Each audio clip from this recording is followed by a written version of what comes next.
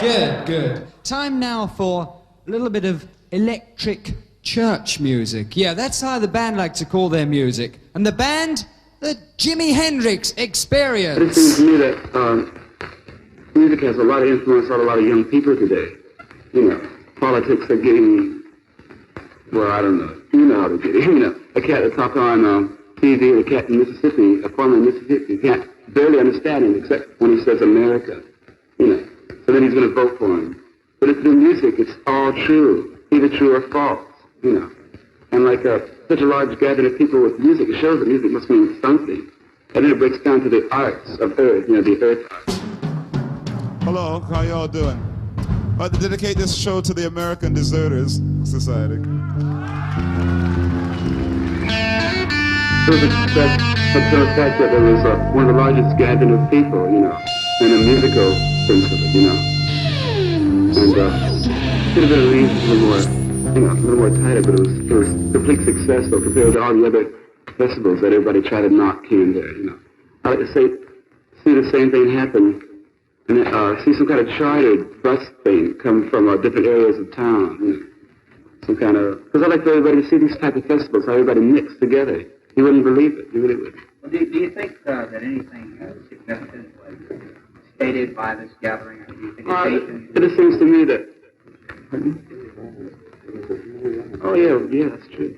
And like it just spreads, you know, it's harmony and communication. There was no violence at all out there, which is completely different. You know, nobody can expect this through a mixed group or whatever you want to call it. Do you think this is going to have an influence on future festivals or the music of the idea of nonviolence and the idea of when your attendance is over the thing, you should let everybody else in free. Yeah, that idea. Yeah. And the idea of people really listening to music over the sky, you know, in such a large body. Everybody thinks that something's going to go haywire or something. That's always brought on by the police. Always. You know, you say that this is a success, but there's 300,000 people. Isn't that pretty large for to really to be a success? It sure is, and I'm glad it is.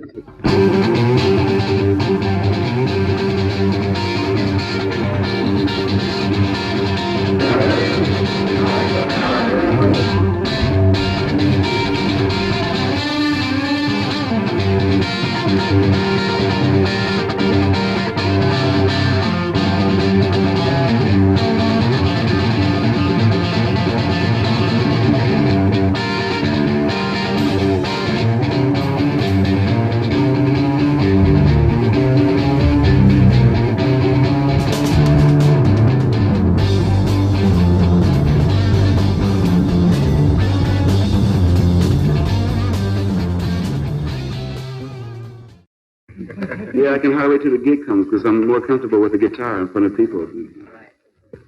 Yeah, but this whole thing is under the benefit of UVA, and we hope to do some more gigs for it, you know, some more benefits.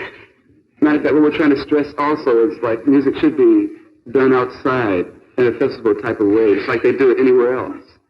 And like if they can have more gigs like this in Harlem, you know, you play outside, say for instance, 3 days. At the fourth day, you play the half the day outside, for instance, and maybe the other time in the Apollo, you know, 4 shows or whatever, you know. There's a lot of kids from the ghetto or whatever you want to, you know, don't have enough money to travel across the country to see these different festivals, what they call festivals. I mean, $7 is a lot of money. You know? So I think more groups that are supposed to be considered heavy groups should contribute more to this cause.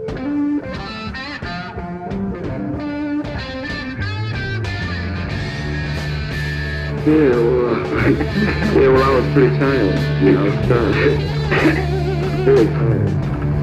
And, all because we're all Americans, you know, we're all Americans, aren't we? When it was written then, it was played in a very, very beautiful, what they call beautiful state, you know. It's nice, inspiring, you know, your heart throbs, and you say, great, I'm American. But nowadays when we play it, we don't play it to take away all this greatness that America's supposed to have, but we play it the way the air is in America today. The air is slightly static, isn't it? You know what I mean? So therefore we played, if it was what, pardon?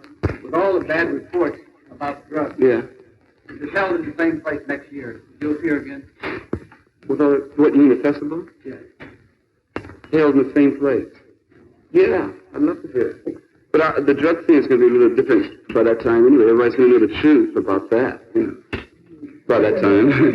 By that time. What do you have Just like Harlem's going to have beautiful round buildings by that, you know.